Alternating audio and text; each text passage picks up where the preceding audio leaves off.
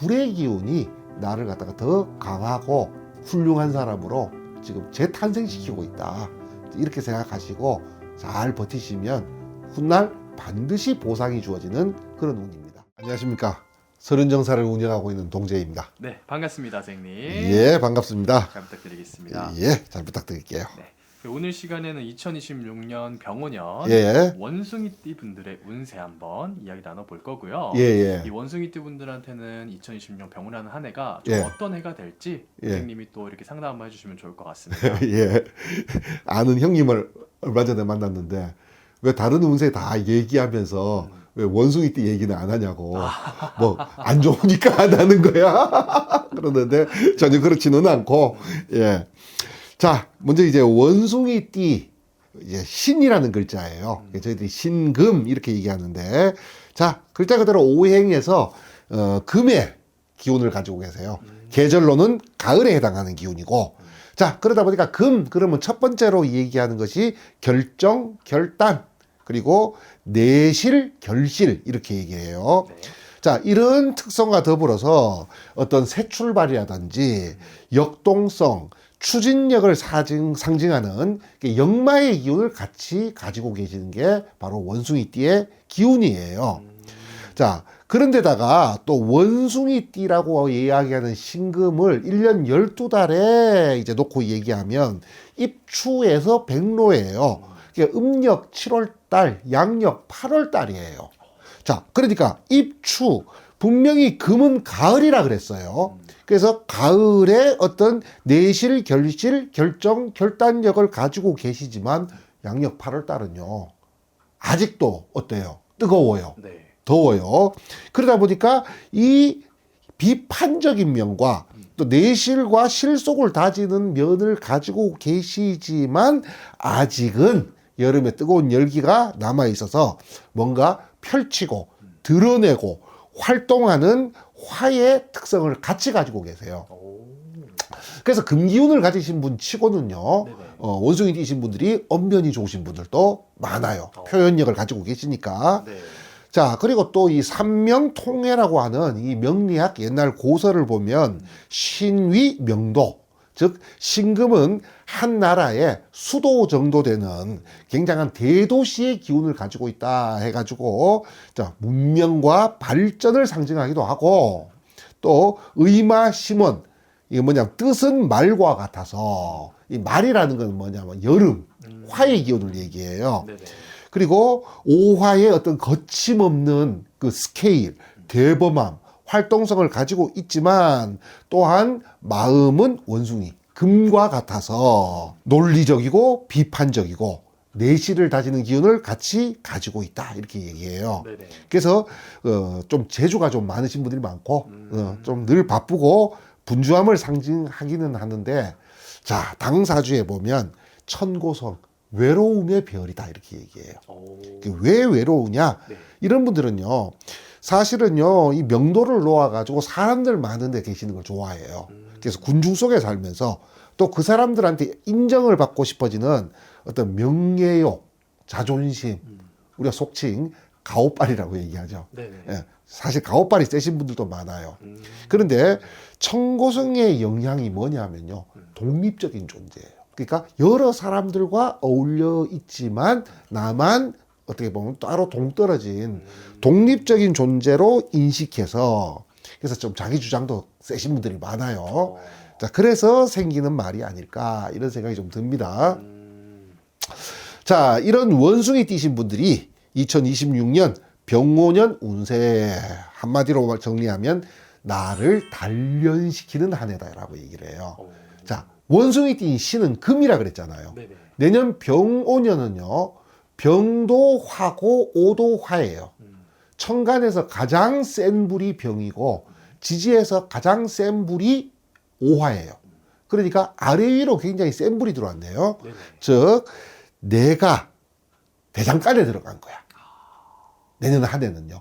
그러니까 본인 스스로를 갖다가 어떻게 보면 재련시키고 재탄생시키는 과정 속에 들어가 있어요. 심신이 고달플 수는 있겠죠. 네네. 예.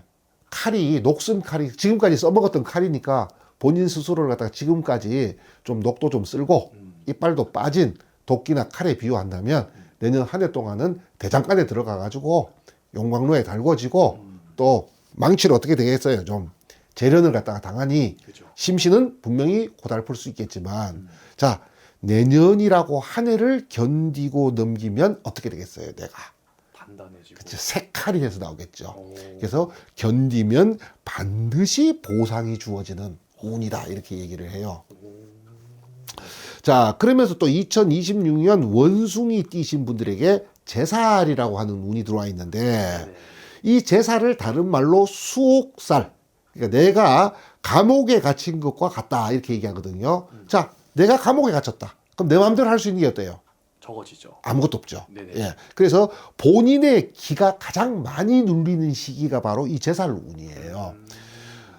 설명을 좀 드리면 이 제사를 12운성이라는 관점으로 봤을 때요. 네. 저희들이 포태기 이렇게 얘기를 해요. 네. 엄마 뱃속에 들어있는 시기다 이렇게 얘기를 하는 거예요. 아. 자, 엄마 뱃속에 들어있으니 내가 능동적이고 역동적으로 뭘 할 수 있는 거는 없어요, 이게. 네네. 자, 그러다 보니까 내가 좀 역동적이고 도전적으로 움직이기에는 쉽지는 않아요. 근데 반대로 하면 좋은 쪽으로 생각해 보자고요. 엄마 뱃속에 있는 시기가 사실은 살면서 가장 안전한 시기예요. 어. 그래서 나를 그리고 내가 가진 무언가를 지키고 보호하기에는 또 어때요? 가장 안정적인 시기다 이렇게 얘기를 해요. 네네.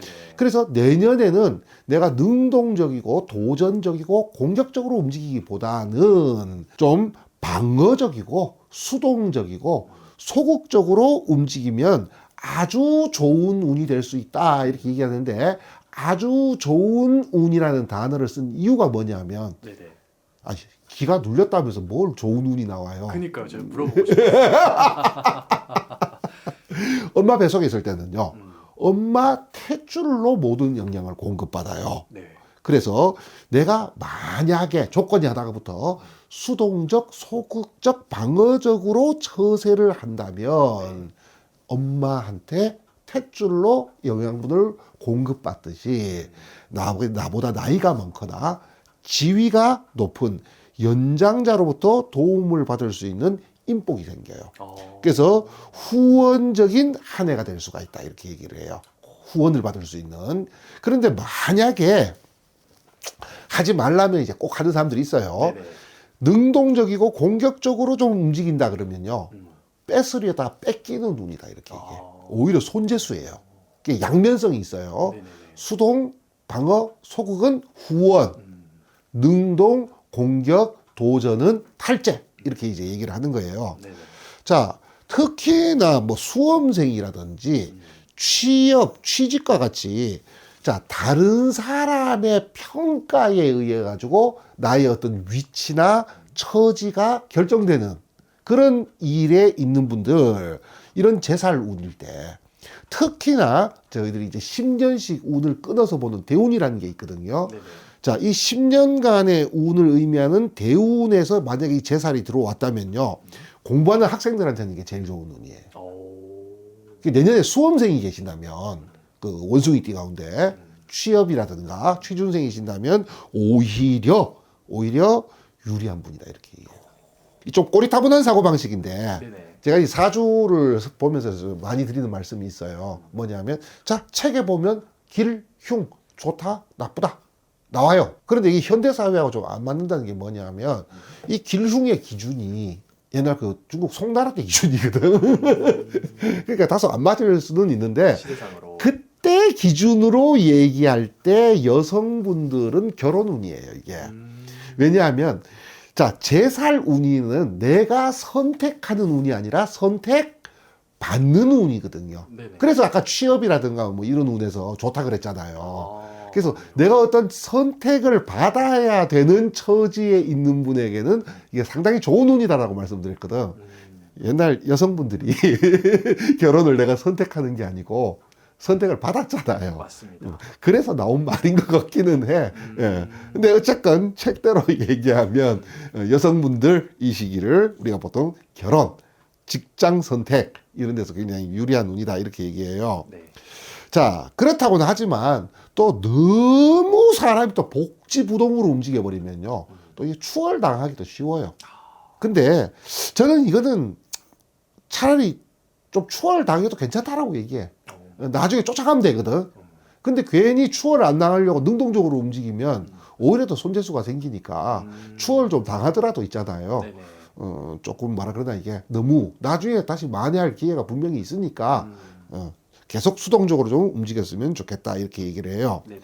자, 어쩔 수 없이 이 제살운에 창업이라든가 오픈 쪽은 별로 권하지는 않아요, 저희들이. 네네. 그런데 어쩔 수 없이 시작할 수밖에 없다 보면 될 수 있으면 본인이 직접 경영하는 양을 좀 줄이는 게 좋다라고 얘기를 해요. 그래서 뭐 업종도 프랜차이즈 내지는 어떤 유명 브랜드에 왜 묻어가는 그런 업종이잖아요. 네네. 편승하는 네. 그런 쪽에서 좀 유리하고 경영 일선에 가급적 내가 직접 나서기보다는 뭐 예를 들어 동업이라든지 동업을 하더라도 이제 같이 이 동등한 위치에서 동업보다는 이 사람을 갖다가 전면에 내세우고 나는 이 사람 등 뒤에 약간 숨는다.